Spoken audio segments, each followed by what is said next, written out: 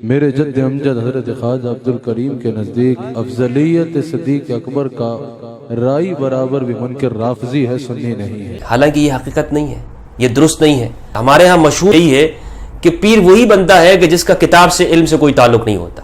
الحمدللہ رب العالمین والصلاة والسلام علی سید الانبیاء والمرسلین وآلہ الطیبین الطاہرین ومن والاه۔ بسم اللہ الرحمن الرحیم۔ السلام علیکم ورحمۃ اللہ وبرکاتہ۔ شیعہ سنی اختلاف کے اندر ایک اہم مسئلہ وہ مسئلہ افضلیت ہے، یعنی رسول اللہ صلی اللہ علیہ وآلہ وسلم کے بعد افضل کون ہے، افضل البشر بعد الانبیاء بالتحقیق کون ہے، حضرت ابوبکر رضی اللہ عنہ ہیں یا امام علی علیہ السلام کرم اللہ وجہہ الکریم ہے۔ ان دو شخصیات میں سے کون افضل البشر ہیں؟ شیعہ اور اکثر زیدیہ اور اکثر معتزلہ، ان کا موقف یہ ہے کہ رسول اللہ صلی اللہ علیہ وآلہ وسلم کے بعد افضل وہ امام علی علیہ السلام ہیں۔ اس پر ان کے ہاں دلائل ہیں اور وہ اس کو اپنا عقیدہ مانتے ہیں، اس سے وہ ہٹنے کو ہرگز تیار نہیں، کیونکہ یہ ان کا بنیادی عقیدہ ہے اور ہرگز ان پہ کوئی جبر بھی نہیں کر سکتا کہ آپ اپنے اس عقیدے کو چھوڑ دیں۔ اہل سنت والجماعت کے ہاں اس مسئلے میں اختلاف ہے، یعنی کوئی ایک رائے نہیں ہے بلکہ مختلف آراء ہیں، مختلف نظریات اور افکار ہیں۔ بعض کا کہنا ہے کہ رسول اللہ صلی اللہ علیہ وآلہ وسلم کے بعد جو خلفاء ہیں اور ان کی جو ترتیب ہے یہی ترتیب افضلیت ہے۔ اس کا کیا مطلب ہے؟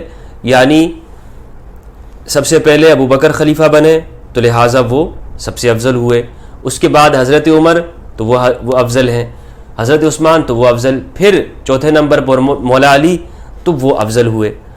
تو ابوبکر چونکہ پہلے خلیفہ ہے رضی اللہ عنہ اس لیے وہ سب سے افضل ہیں، اور چونکہ رسول اللہ کے بعد وہ خلیفہ ہیں تو اس لیے وہ انبیاء کے بعد بھی سب سے افضل حضرت ابوبکر ہوئے۔ ایک نقطہ نظر یہ ہے، یہ یاد رکھیں یہاں پر کہ آج کل ہمارے اس زمانے کے اندر کچھ حضرات اس میں بڑا مبالغہ کرتے ہیں، یا تو وہ جاہل ہے یا وہ بذات خود ان کا علم سے کوئی تعلق نہیں ہے، وہ جاہل بننے کی کوشش کرتے ہیں، متجاہلین ہیں۔ اور اکثر ہمارے ہاں ہم خاص طور پر جو پاکستان میں جو مذہبی طبقہ ہے اور اس میں جو پیر حضرات ہوں ان کا کتابوں سے کوئی واسطہ نہیں ہوتا۔ ہمارے ہاں مشہور یہی ہے کہ پیر وہی بنتا ہے کہ جس کا کتاب سے علم سے کوئی تعلق نہیں ہوتا۔ بعض پیر حضرات اب یہ کہتے ہیں کہ جی یا پیر حضرات کے لیں یا موجودہ دور کے کچھ ایسے لوگ جو شیعہ نفرت کے اندر آ کہتے ہیں کہ جی جو ابوبکر رضی اللہ عنہ کو افضل البشر بعد الانبیاء نہ مانے یا ان کی افضلیت کو نہ مانے یا وہ ان کے اوپر کسی اور کو فضیلت دے، وہ رافضی ہے، وہ اہل سنت سے خارج ہے، وہ یہ کہتے ہیں۔ حالانکہ یہ حقیقت نہیں ہے، اہل سنت کا یہ موقف نہیں ہے۔ اہل سنت خود اپنے اس فضیلت کے اندر مختلف ہی ہیں، یعنی ان کا اختلاف ہے۔ بعض نے یہ ایک قول اختیار کیا جو میں نے آپ سے عرض کیا کہ جو ترتیب خلافت ہے وہ ترتیب افضلیت ہے۔ بعض کہتے ہیں کہ جی نہیں، اس بارے میں خاموش رہنا چاہیے، ہمیں نہیں معلوم، کیونکہ افضلیت کا مسئلہ اللہ سبحانہ و تعالیٰ کے اسے پتہ ہے کہ کون افضل ہے، ہمیں نہیں معلوم۔ بعض نے کہا ہے کہ نہیں دوسرے افضل ہیں۔ ایسے بھی لوگ بھی موجود ہیں جو حضرت عمر کو سب پہ فضیلت دیتے ہیں۔ مختلف اقوال ہیں اور یہ ہمارے علماء نے یہ اپنی اپنی کتابوں کے اندر اسے نقل کیا ہے۔ اس پہ میں چند حوالے جات آپ کے سامنے پیش کروں گا۔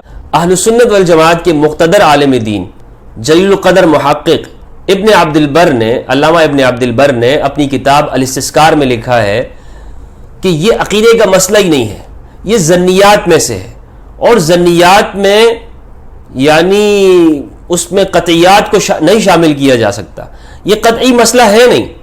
اس کے اوپر بہت زبردست کتاب لکھی ہے دکتور سعید ممدوح حفظہ اللہ نے، غایۃ التبجیل فی ترک القطع بالتفضیل، زبردست کتاب ہے اپنے موضوع کے اوپر۔ اس میں یہ سارے اقوال انہوں نے تحقیق کے ساتھ ذکر کیے ہیں، آپ اس کو دیکھ سکتے ہیں۔ اس کا اردو کے اندر بھی ترجمہ ہو چکا ہے پاکستان میں۔ اس میں انہوں نے ایک ایک کر کے حوالہ جات نقل کیے ہیں، اور یہ اہل سنت عالم ہیں، کوئی شیعہ نہیں ہے۔ وہ یہ لکھتے ہیں کہ یہ قطعیت کی بات ہے نہیں کہ آپ یہ کہیں کہ جی ابوبکر ہی افضل ہے، نہ قرآن سے معلوم ہے نہ کوئی ہمارے پاس کوئی حدیث ہے، قطعیت کے ساتھ نہیں کہا جا سکتا۔ اور جنہوں نے اس پہ دلائل دی ہیں تو وہ متعارض ہیں، باہم ایک دوسرے کے ساتھ متعارض ہیں۔ اس پہ ایک دلیل یہ ہے کہ جب حضرت ابوبکر رضی اللہ عنہ نے خطبہ خلافت دیا تو اس کے اندر خود جناب نے فرمایا کہ ولیت علیکم ولست بخیرکم، مجھے تمہارے اوپر حکمران بنایا گیا ہے، لیکن اس کا مطلب یہ نہیں کہ میں تم میں سے بھی بہتر ہوں، میں تم سے بہتر نہیں ہوں. خود جناب ابوبکر کہتے ہیں کہ میں تم سے بہتر نہیں ہوں. حضرت عمر رضی اللہ عنہ وہ فرماتے ہیں کہ اگر ابو عبیدہ بن جراح زندہ ہوتے تو میں خلافت کے معاملات ان کو سونپ دیتا، باوجود اس کے کہ انہیں ان سے افضل یعنی ان کے علم میں ہے کہ دیگر موجود ہیں، عشرہ مبشرہ ہیں، لیکن وہ کہتے ہیں کہ نہیں، ابو عبیدہ کو میں سونپ دی ذمہ داری. حضرت عثمان جو آئے تو اس کا مطلب وہ افضل نہیں ہوئے. پھر ایک عجیب یعنی یہ جن لوگوں نے یہ بات کہی ہے کہ جی ابن حجر کہتے ہیں اس بات کے اوپر اجماع ہے کہ جی جو ترتیب خلافت ہے وہی ترتیب افضلیت ہے، اس پہ ایک بہت بڑا اشکال و اعتراض پیدا ہوتا ہے. وہ کیا ہے؟ وہ یہ اعتراض ہے کہ اہل السنت اس بات کو بھی مانتے ہیں کہ خلیفہ چار نہیں ہیں، خلفاء چار نہیں ہیں، بلکہ امام حسن علیہ السلام وہ بھی خلیفہ برحق ہے، وہ بھی خلیفہ خامس ہے، خلیفہ پنجم. لیکن ہمارے ہاں جو افضلیت کی ترتیب ہے صحابہ کے اندر، اس میں 5ویں نمبر پر امام حسن نہیں ہے، بلکہ وہ عشرہ مبشرہ کی ترتیب ہے. تو اگر ترتیب خلافت ہی ترتیب افضلیت ہے تو پھر امام حسن علیہ السلام کو 5ویں نمبر پر افضل ماننا چاہیے اہل سنت کو. لیکن اہل سنت والجماعت امام حسن کو 5ویں نمبر پر بھی افضل نہیں مانتے. ہاں ان کا 5ویں نمبر پر بھی افضلیت نہیں ہے، بلکہ وہ عشرہ مبشرہ یعنی 10 جو افراد ہیں وہ سب سے افضل ہے، اس میں امام حسن علیہ السلام کا نام نہیں ہے، وہ اور ہے. تو خود ان کی ہی یہ بات کہ جی ترتیب خلافتی ترتیب افضلیت ہے، یہ اپنے اس قاعدے سے ہی وہ ختم ہو جاتی ہے اور ٹوٹ جاتی ہے. لہٰذا جو لوگ اس مسئلے میں نہایت غلو کرتے ہیں اور شدت کرتے ہیں کہ جی جو بھی افضل نہیں مانتا کسی اور کو افضلیت دیتا ہے وہ رافضی ہے، وہ سنی نہیں ہے، وہ سنیت کی لسٹ سے باہر نکل جائے، تو یہ درست نہیں ہے. کیونکہ اہل سنت کے بڑے بڑے جید اکابرین ان کے اقوال اس کے خلاف موجود ہیں، ان کے اقوال اس کے خلاف موجود ہیں. مثلا ابو بکر الباقلانی نے المتوفى 403 ہجری 5ویں صدی کے ہیں، انہوں نے کتاب لکھی ہے کتاب المناقب، مناقب الائمۃ الاربعہ. اس میں وہ لکھتے ہیں ان الکلام فی التفضیل مسألۃ اجتہاد لا يبلغ الخطأ بصاحبه فيها بمنزلة الفسق وما يوجب البراءة لأن الفضائل المرویۃ اکثرها متقابل متعارض فی الفضل. وہ کہتے ہیں کہ یہ جو مسئلہ تفضیل ہے یہ مسئلہ اجتہادی ہے، یہ اس درجے تک نہیں پہنچتا کہ اگر ہم کسی کو خطاوار کہیں یا کہیں کہ جی وہ فاسق ہو گیا ہے یا اس سے برات کا اعلان ہونا چاہیے، جیسے آج کل کے لوگ کرتے ہیں کہ جی یہ اہل سنت سے باہر نکال دو، اس نے تفضیل کا قول کیا ہے، مولا علی کو افضل مانتا ہے لہٰذا اس کو اہل سنت سے نکال دو. یا آج کل لوگ کہہ رہے ہیں ہمارے اکابرین نے ایسی کوئی بات نہیں کی ہے، ہمارے اکابرین ایسا نہیں کہتے. الباقلانی کہتے ہیں اہل سنت کے عالم دین ہے کہ یہ مسئلہ اجتہادی ہے، ظنی ہے، اس میں کسی کو ہم خطا کے اوپر یعنی اس کو خطاوار نہیں کہہ سکتے اگر وہ ایک قول رکھتا ہے. اگر مثلا ایک شخص کہتا ہے کہ امام علی سب سے افضل ہیں تو الباقلانی کہتے ہیں کہ ہم نہیں کہہ سکتے کہ جی اہل سنت سے نکل گیا ہے. تو یہ کون ہوتے ہیں آج کل کے لوگ جو کسی کو سنیت سے نکال دیتے ہیں؟ ان کے پاس ہمیشہ سرٹیفکیٹ رکھے ہوئے ہوتے ہیں اور یہ لوگوں میں تقسیم کرتے رہتے ہیں سنیت کے. اسی طرح امام الحرمین الجوینی اپنی کتاب الارشاد میں لکھتے ہیں کہ ہمارے پاس افضلیت کی اس میں افضلیت میں قطعیت کی کوئی دلیل نہیں ہے کہ ہم یہ کہہ سکیں کہ جناب ابو بکر رضی اللہ عنہ ہی افضل ہے اور یہ قطعی بات ہے، نہیں، اس سے خلاف نہیں ہو سکتا.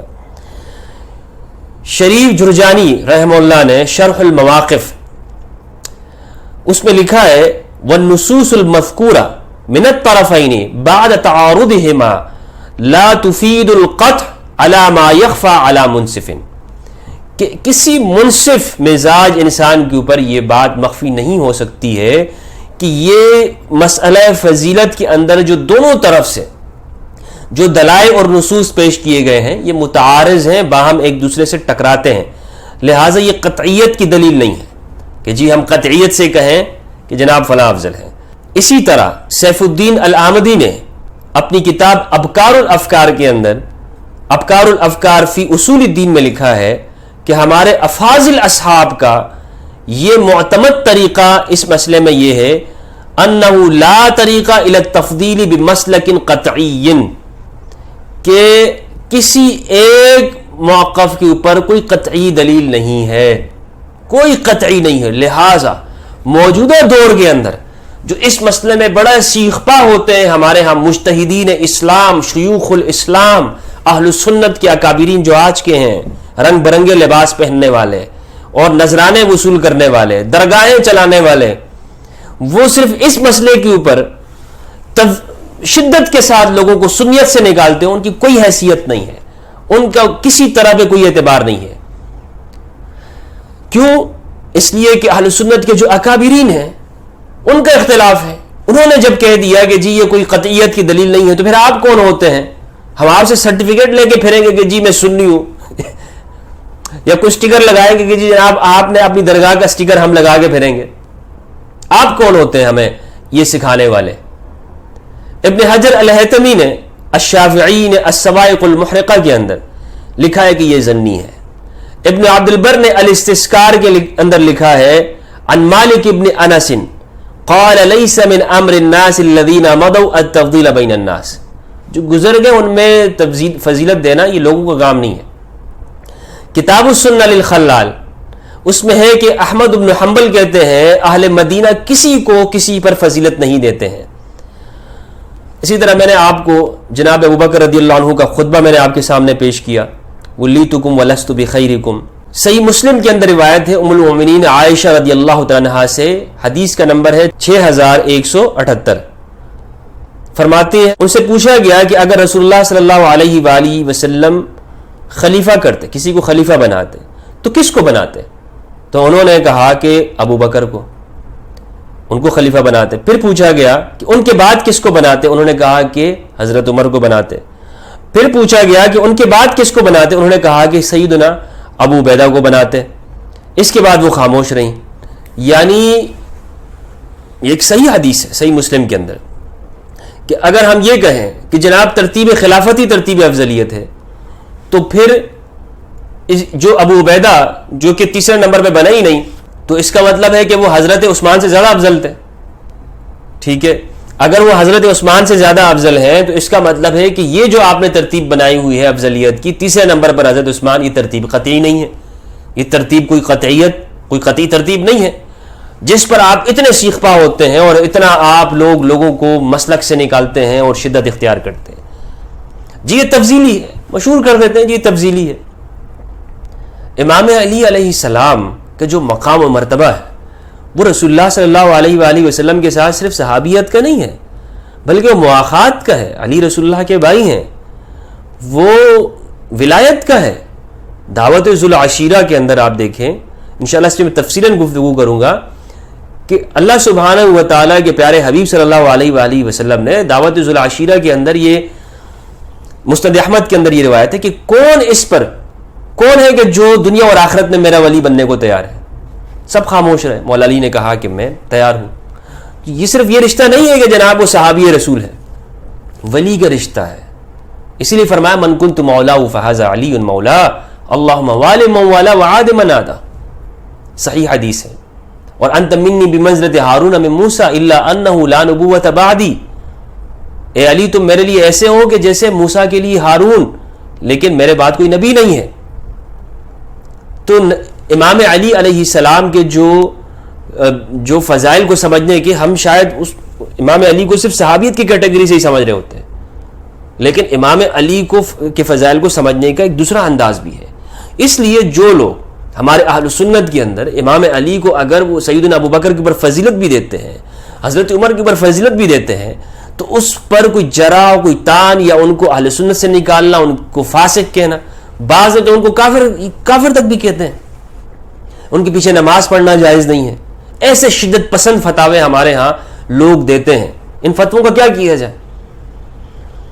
علم کی کمی ہے ہمارے ہاں. زیادہ طور پر جو بات ہے وہ ایک رٹا رٹایا علم ہے. کچھ اردو کتابیں پڑھ لینے سے وہ اپنے آپ کو محققین کہتے ہیں یا مفتیان اعظم شمار کرتے ہیں. تحقیق وہ اس بات کی طرف نہیں جاتے، اور اگر انہیں معلوم بھی ہو تو وہ شاید عامت الناس کے ڈر سے کہ جی لوگ کیا کہیں گے. یہ بھی تو ایک بڑا مسئلہ ہے نا ہمارے ہاں. جی جو اگر ایک پاپولر بن جائے کوئی کسی مکتب کے اندر، فرقے کے اندر، تو وہ عوام کا اتنا ہی خوف زدہ ہوتا ہے کہ جی اگر میں نے یہ مسئلہ بیان کر دیا تو ہماری اہل سنت کی عوام کیا کہے گی، وہ تو مجھے نکال لیں گے اپنی سنیت کے، تو پھر میرا یہ سارا سب کچھ بند ہو جائے گا، جو کچھ میں سنیت کے نام پہ جو بنا ہوا ہوں وہ تو ختم ہو جائے گا۔ حالانکہ ایسا نہیں ہونا چاہیے۔ لا طاعۃ لمخلوق فی معصیۃ الخالق، خالق کی نافرمانی میں مخلوق کی اطاعت نہیں ہے۔ مخلوق سے نہیں ڈرنا چاہیے، آپ جو حق سمجھتے ہیں وہ آپ کو بیان کرتے ہیں، چاہے لوگ آپ کو سنیت سے نکالتے ہیں یا دائرے سے نکالتے ہیں، آپ نے حق کے پر ڈٹ جانا ہے۔ لیکن حجر بن عدی کی مثال کون ہے؟ اقول قولی ھذا استغفر اللہ لی ولکم ولسائر المسلمین والمسلمات۔ السلام علیکم ورحمۃ اللہ وبرکاتہ۔